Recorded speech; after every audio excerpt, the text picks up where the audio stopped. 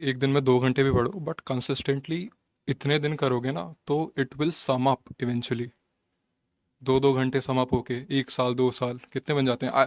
देखो, कुछ दिन होंगे where you'll study 0 hours, but last के 3-4 महीने ऐसे होने चाहिए जब तुम 13-14 घंटे घिस रहे हो। That is very important. Last के 3 मंथ्स बहुत इंपॉर्टेंट है। ठीक है, फ्रेम में बिल्कुल आ जाओगे सारे बच्चे एक एक करके बेटा आपको इंट्रोडक्शन देंगे, अपना अपना नाम बताएंगे। मैं साइड हो जाती हूँ, सारे बच्चे आ जाओ, मैं यहाँ पे आ जाऊंगी, है ना। तो सब अपना अपना, ये देखो बच्चे लिख रहे टाइम वेस्ट। देखो ये सबसे ज्यादा पढ़ने वाला बच्चा है, जैसे, है ना। तू तो बेटा सुबह से लेकर शाम तक 24 में से 26 घंटे पढ़ता है ना। टाइम वेस्ट बड़ा आया यहाँ पे। चलो सारे बच्चे अपना अपना नाम बताओ, क्या कौन कौन से बैच से पढ़ाई की है ये बताना है, और कितने कितने नंबर लेके आए हो ये बताना है। इनकी भी काउंसलिंग चल रही है ना। चलो शुरू करते हैं, कहीं से भी शुरू कर सकते हैं, कहीं से भी। हाँ, मैंने यकीन बैच से पढ़ा है और मेरे 695 मार्क्स आ रहे हैं, ये लो। मैंने भी यकीन से पढ़ा है और मेरे 689 मार्क्स है। आपने लक्ष्य और अर्जुना से भी पढ़ा था पहले? यस मैम, पर फर्स्ट अटेम्प्ट में 574 आए थे। ठीक है। मेरा नाम प्रत्यक्ष है और मैंने लक्ष्य से पढ़ा है और यकीन से भी थोड़ा बहुत करा था 11th क्लास अर्जुना का। नहीं था? ना ना ना, लक्ष्य, सिर्फ लक्ष्य। ठीक है। हाँ। कितने नंबर आ रहे हैं? 695। 695, वेरी नाइस। सभी को मेरा नमस्कार, मैं अब्दुलाल, I scored 701 marks in NEET. मैं अर्जुना और लक्ष्य बैच से पढ़ा था, all while being a regular student at school. हाँ, मतलब स्कूल के साथ साथ में। हाँ, वो भी आईएससी बोर्ड, याद रखना। ये जो कह रहे हैं टाइम वेस्ट हो रहा है, उनको कुछ कहना चाहेंगे आप? गंदे शब्द निकल जाएंगे, प्लीज ऐसे मत लिखो। बी अ गुड किड यार, एंजॉय करो, तुम्हारे सीनियर्स है, one day you will be at a place. Jealous people, jealous. हाँ, जलते क्यों हो? जेलस, सपोलिंग जेलस हो रहे हैं। चलो नेक्स्ट। मैं तेजस गौर हूँ और 11th में मैं अर्जुना से पढ़ा था, मेरा 690 का स्कोर है। और 12th में मैंने लक्ष्य से भी, उम्मीद से भी काफ़ी सारे चैप्टर्स किए हैं। Very nice, yes ma'am, very nice. तो ये सारे स्टूडेंट्स आप लोगों से, यार देखो, अगर यार उल्टा माइक पकड़ा है क्या? हाँ ऐसे है, वैसे तो आवाज आ रही होगी। तो सारे बच्चे पहले तो अपने भैया और दीदी को कांग्रेचुलेशंस बोलो, और जल कुकड़े मत बना करो बेटा, ठीक है। तुम भी कल को सिलेक्ट होगे और तुम भी आओगे ना मिलने के लिए। सारे बच्चे देखो, सारे तुमको हाई कर रहे हैं, तो बेटा ये तो तुम्हारी वो बोलते हैं क्या, खुशकिस्मती है कि बच्चे आपसे मिलने के लिए आए। ये ईमानदारी से मैं बता रही हूँ। देखो तुम भी कल को सिलेक्ट होगे और तुम्हें भी यहाँ पे आने का चांस मिलेगा। इसमें हाँ, ये फ्लेक्स क्या होता है, तुम भी करो ना। ये पीछे कौन वीडियो कॉल में कनेक्ट हो गया है? Oh my God, oh my God, ये तो आज गजब। आज तक हमने लक्ष्य में कभी वीडियो कॉल नहीं किया है। तो बेटा इनसे ना मोटिवेशन लेनी हो तो मैं सबसे ना एक ज्यादा तुम्हारा टाइम वेस्ट नहीं करूंगी, क्योंकि तुम तो बेटा अभी जाओगे, पीएमओ काम है तुम्हारा, है ना। तो मैं सबसे ना कुछ बातें पूछूंगी जिसने सिलेक्शन में, जिन चीजों ने सिलेक्शन में हेल्प किया है, और ऐसी कोई चीज जिससे कि मतलब कोई नेगेटिव पॉइंट जो आपको नहीं करना चाहिए, ठीक है। तो सबसे पहले हम शुरुआत करते हैं। आप बताओ कि आपने बच्चों को ऐसी कौन सी एक चीज तो करनी ही करनी चाहिए जिससे कि सिलेक्शन हो जाए? यार पढ़ाई तो हाँ, वो तो है ही, बट अपनी ना प्रॉब्लम्स के बारे में ज़्यादा, मतलब सही शब्द बोलूँ तो रोया मत करो कि हर जगह बैकलॉग। उसके ऊपर ना प्रॉब्लम की जगह सोल्यूशन पे फोकस करो। अपने आप आपको मिल जाएंगी चीज़ें। हर जगह ये मत कहो कि बैकलॉग है, कैसे खत्म करूँ। मतलब पढ़ो, हमेशा प्रॉब्लम मत हाँ, बनाओ। सोल्यूशन पे फोकस करो। मेन ये है तो मैं हमेशा बोलती हूँ कि हमेशा प्रॉब्लम ये तो, लेकिन तुम तो बेटा रोते ही रहते हो ऑल द टाइम कि ये हो गया वो हो गया, है ना। तो प्रॉब्लम सही बोला इसने, बिल्कुल सही। सिर्फ प्रॉब्लम्स गिनोगे तो बहुत प्रॉब्लम्स मिलेगी। You have to find solution, because eventually तुम्हारा प्रॉब्लम है, तुम्हें ही सॉल्व करना है, और तुम्हारे प्रॉब्लम के सोल्यूशन से ही तुम्हारा सिलेक्शन होगा, है ना। कोई एक ऐसी चीज जो अवॉइड करनी चाहिए, जो अगर मतलब बच्चे अगर ना करे तो ज्यादा बेहतर होगा। कमेंट में स्पैमिंग मत करो। कमेंट में स्पैमिंग हाँ, एज मानसी मेंशन्ड, एक तो कमेंट में स्पैम मत करा करो, अच्छे कमेंट भी करो, single comment done. And other thing I would like to add कि बहुत सारे बच्चे रिलेशनशिप्स में चले जाते हैं during these days. Toxic relationship से दूर रहना। If you find a person, ऐसा पर्सन ढूंढो जो आपसे सेम एम रखता हो, हु प्रमोट्स योर एम, जो आपको पुश करे to be better version of yourself. That is one thing I can add from myself. लेकिन इसमें मैं एक चीज ऐड करना चाहूंगी, इसमें मैं ये ऐड करना चाहूंगी बेटा, वो इसने बोला ना कि ढूंढने का समय नहीं है आपके पास अभी ज्यादा, तो ज्यादा ढूंढना नहीं है यहाँ पे। तो जो तुम नंबर लेने लगते हो ना कि नंबर दे दो, डोंट डू दैट बेटा। सब चीज का समय आएगा, ठीक है। एंड डेफिनेटली इफ नॉट, देखो कंपेनियन बहुत सारे टाइप के होते हैं, दोस्त भी कंपेनियन ही होते हैं। तो if you find right people around you who will, like he said, तो if you find right companion who is always going to motivate you to do right things, तो that is going to help you in your journey. जो आपको motivate motivate करेंगे, ना कि ये बोलेंगे कि अरे भाई मत कर, कुछ नहीं रखा है, चल पार्टी करते हैं, क्यों अब है ना। हाँ, तो ये कहने का मतलब ज्यादा ढूंढना नहीं है बेटा, डोंट टेक मच इंस्पिरेशन वैसे। आप कुछ कहना चाहते हैं? क्या क्या किया ऐसा कि मतलब सिलेक्शन हो गया? बायोलॉजी में क्या पढ़ा था? बहुत ज्यादा एक्स्ट्रा? एनसीईआरटी बस। क्या एनसीईआरटी के बाहर कुछ आता है? इनको लगता है कि बाहर से पेपर आता है, एक बाहर शब्द भी बाहर नहीं होता है ना। तो अगर बायोलॉजी में टाइम सेव होता है तो आप फिजिक्स केमिस्ट्री को दे पाएंगे बेटा, ये मैं हमेशा कहती हूँ। स्ट्रॉन्ग सब्जेक्ट कौन सा था? बायोलॉजी। बायोलॉजी, ठीक है। और वीक कौन सा था? कोई नहीं था तभी। हाँ, फिजिक्स। फिजिक्स। तो फिजिक्स कैसे मैनेज करा यार? एमआर सर से पढ़ के।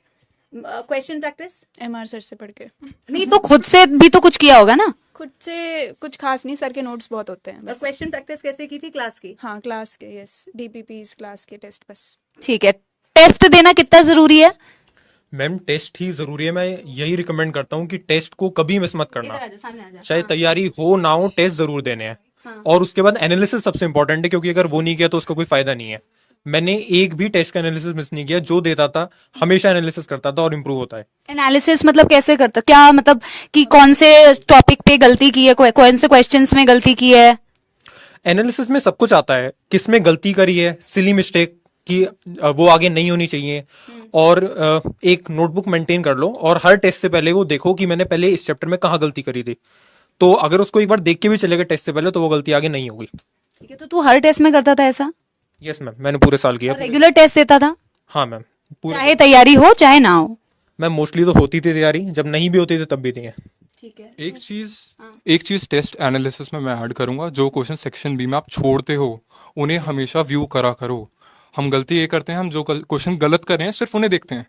इट्स इंपॉर्टेंट कि तुम सेक्शन बी में जाओ, वो क्वेश्चन ढूंढो जो तुमने स्किप करे हैं, एंड रीजन फाइंड आउट करो। हाँ, रीजन फाइंड आउट करो कि क्यों छोड़ना पड़ा वो। क्या पता वो क्वेश्चन एग्जाम में आ जाए तुम ना कर पाओ। मैं एक चीज ऐड करना चाहूंगा, काफी सारे क्वेश्चन में जब हम तुक्के लगाते हैं तो उसको ना क्वेश्चन पेपर में मार्क कर लिया करो कि इस पे मैंने तुक्का लगाया है, और उसको फिर बाद में एनालाइज जरूर करो कि ये कैसे इंप्रूव होगा, क्योंकि कई बार वो सही हो जाते हैं तो हम छोड़ देते हैं। हाँ, कि सही हो गया था, फिर अपना दिमाग नहीं ज्यादा चलाते कि मैंने तुक्का लगाया था। सही बात है। कुछ ऐड करना है पॉइंट? मैम सबसे इम्पोर्टेंट चीज़ है रिविजन और क्वेश्चन प्रैक्टिस, क्योंकि नीट पूरा मेमोरी तुमने बेस्ड। कैसे क्वेश्चन प्रैक्टिस की थी यार फिजिक्स केमिस्ट्री में? मैम फिजिक्स में तो एमआर सर क्लास में ये काफ़ी क्वेश्चंस करा देते हैं, उसके बाद डीपीपीज और मैंने मॉड्यूल सॉल्व करे थे। तूने मॉड्यूल सॉल्व किए थे? क्या मॉड्यूल जरूरी है क्या कि मॉड्यूल्स लेना ही लेना है? अगर मतलब चैप्टर खत्म होने के बाद क्लास के क्वेश्चन सारे एक बार फिर से खुद से कर लो, डीपीपीज कर लो, पीवाईक्यूज कर लो, उसके बाद टाइम बचे तो मॉड्यूल या कोई एक्स्ट्रा बुक करो। पहले वही बेसिक चीज़ें करनी है। कुछ बायोलॉजी में कुछ ज्ञान? बायोलॉजी में क्या पढ़ना चाहिए? यार एनसीईआरटी पढ़ो, ऐसे तो सब यही बोलते हैं। तुम लोगों को लगेगा कि ये ऐसे ही बोल रहे हैं, इन्होंने पढ़ी होगी कोई और सी बुक, बट ऐसा नहीं है भाई। एनसीईआरटी से ही आना है, उसी पे ध्यान दो बस। That's it. इधर उधर की बातें ज्यादा मत हाँ करो, हाँ हाँ, सिर्फ एनसीईआरटी बेस्ड पढ़ाई करो, बस। उसी से सिलेक्शन होगा बेटा। जितना आप ना बायोलॉजी में टाइम सेव करोगे उतना ही आप दूसरे सब्जेक्ट्स को टाइम दे पाओगे। और जैसे कि मैं सबसे पूछ भी रही थी, इनमें से कुछ हैं जो ना स्कूल गोइंग, जैसे अब तू स्कूल गोइंग था ना, इसने स्कूल गोइंग के साथ साथ में करा है यार। तो आप लोग हमेशा पूछते रहते हो कि स्कूल गोइंग के साथ पॉसिबल है या नहीं है, तो he is an example. And there were a lot of students जो आए थे जिन्होंने स्कूल के साथ साथ में क्रैक किया है। एंड बोर्ड्स देना भी, आप लोगों ने जो बोर्ड्स दिए हैं, आप लोग जो 12th वाले हैं, तो बोर्ड्स में भी यार इन्होंने हमारी नोट्स को पढ़ा था और उसी को अपनी अंग्रेजी लैंग्वेज में थोड़ा बहुत कन्वर्ट करके सारी चीजें की थी। कैसे पेपर ऐसे ही करना होता है। तो तुम बोर्ड्स के लिए भी अलग से जो सोचते हो ना कि अलग पढ़ना पड़ेगा, कुछ बोर्ड्स आ रहे हैं, बोर्ड्स में बेटा अलग क्या होता है? ठीक है, मैं तो बायोलॉजी की बात कर सकती हूँ कि एटलीस्ट तुम्हारे जो नोट्स हैं भाई वही तो तुम्हें लिखना है सब्जेक्टिव के फॉर्म में। थोड़ी बहुत तो इंग्लिश की लाइंस तुम्हें ऐड करनी पड़ेगी, है ना। तो दे आर दी एग्जाम्पल्स जो कह रहे हैं कि भैया क्लास से पढ़ो, रेगुलर क्लास अटेंड करो, रेगुलर टेस्ट दो। कोई और टेस्ट सीरीज दी थी क्या? हाँ, टेस्ट सीरीज कौन सी? एलन की दी थी मैंने। एलन की टेस्ट सीरीज। अच्छा मैंने भी आकाश की करी थी। अच्छा, और यहाँ की कोई टेस्ट सीरीज? यहाँ की भी, मतलब इसके साथ एक्स्ट्रा में। एक्स्ट्रा? जो रेगुलर संडे को टेस्ट होते थे वो दिए। अच्छा, ठीक है।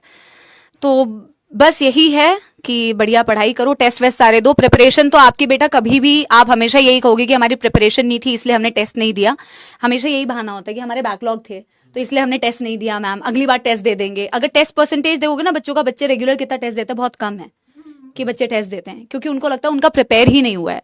तो बेटा प्रिपरेशन आपकी तो नीट के पहले तक भी नहीं होगी, नीट के पहले भी तुम्हें यही लगेगा कि अभी बाकी है, पढ़ लेता हूँ, तो ऐसा तो तुम्हें हमेशा लगेगा, but that should not be an excuse कि आप पेपर ना दें, क्योंकि आप जब टेस्ट देंगे तभी आपको अपने मिस्टेक्स पता चलेगी। और जैसे ये कह रहा था कि एनालिसिस करना बहुत जरूरी है, अभय ने भी एक बहुत अच्छी बात बताई कि हम ना जो क्वेश्चन स्किप कर देते हैं ना, उसको स्किप ही छोड़ देते हैं, उसमें हम दिमाग ही नहीं लगाते कि उसको भी देख लेना चाहिए। तो ये बहुत छोटी छोटी सी बातें हैं, जिसको फोकस करोगे तो सिलेक्ट हो जाओगे, है ना? ठीक है। हाउ टू क्या ऑर्गेनिक स्टडी आवर्स, क्या कोई स्टडी आवर्स होनी चाहिए क्या? स्टडी आवर्स सबकी अलग अलग होगी। हाँ, कोई रात में जाके पढ़ने वाले कौन से हैं तुम में से? और तू? मेरा ऐसे ही रहता था कभी कभी भी जब मन कोई सेम रूटीन। और ऐसा कुछ है क्या कि कितने घंटे पढ़ना चाहिए? 10 से 12 बहुत होते हैं। कंसिस्टेंसी चाहे एक दिन में 2 घंटे भी पढ़ो, बट कंसिस्टेंटली इतने दिन करोगे ना तो it will sum up eventually. 2-2 घंटे सम अप होके 1 साल 2 साल कितने बन जाते हैं। देखो, कुछ दिन होंगे where you'll study 0 hours, but last के 3-4 महीने ऐसे होने चाहिए जब तुम 13-14 घंटे घिस रहे हो। That is very important. Last के 3 मंथ्स बहुत इंपॉर्टेंट है। लेकिन अगर तुम लोग बेटा वैसे पढ़ने वाले बच्चे नहीं हो ना, जो तुम की जो 13-14 घंटे चला सकते हो, तो you should be consistent starting से। एकदम से इतना बेटा लोड ना पड़े तुम्हारे ऊपर। कंसिस्टेंटली अगर पढ़ोगे तो एकदम से बहुत ज्यादा लोड नहीं पड़ेगा। एकदम से लोड पड़ता है तो आप बहुत पैनिक करते हो, और पैनिक में पढ़ाई नहीं होती है। जब आप पैनिक कर रहे होते हो ना, तो बल्कि आप और कम पढ़ते हो, आप पैनिक में ही पूरा टाइम वेस्ट कर देते हो, है ना? ठीक है। ऑर्गेनिक के लिए किसी को कुछ देना है? ऑर्गेनिक के लिए कुछ बताना है? सब में बस क्वेश्चन प्रैक्टिस करो, यही बोलूंगा। कोई अलग ट्रिक नहीं होती किसी भी चीज की, सवाल लगाओ, हर चीज हो जाएगी। That's it.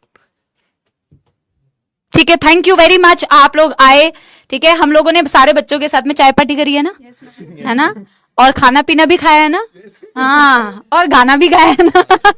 तो ऐसी ही उम्मीद करते, बहुत अच्छा लगता है। वैसे मैंने इनको क्लास वाले दिन बुला लिया तो ज्यादा टाइम नहीं मिला। अब देखते हैं, कभी दिल्ली में कॉलेज मिलेगा इन लोगों को तो मिलेंगे, नहीं भी मिलेगा तो कहीं और से भी मिलने आना तुम लोग। ठीक है, गाड़ी में भी घूमे हम लोग बाय द वे। ठीक है, सबको घुमाया हमने, बहुत मजे किए, बहुत अच्छा लगता है बेटा। बच्चे आते हैं, आप ही में से पढ़े हुए बच्चे आते हैं तो हमें बहुत अच्छा फील होता है। हमें भी बहुत अच्छा लगता है कि ऑनलाइन से पढ़े हुए बच्चे सिलेक्ट भी होते हैं, and they are the examples for you, कि कल को आप भी बेटा यहाँ पे होंगे। अच्छे से पढ़ाई कीजिए, मन लगा के पढ़ाई कीजिए। ये कमेंट बाजी में स्पैमिंग जितनी कम करेंगे बेटा, उतना ज्यादा आप फोकस कर पाएंगे। ठीक है, बहुत बहुत धन्यवाद। ठीक है, मिलते हैं। अभी मैं तुम लोग को बाय बाय अच्छे से तो नहीं बोल पाऊंगी, ऐसे ही बोल पाऊंगी। ठीक है, bye bye bye bye. Thank you thank you thank you thank you. मिलते हैं ना।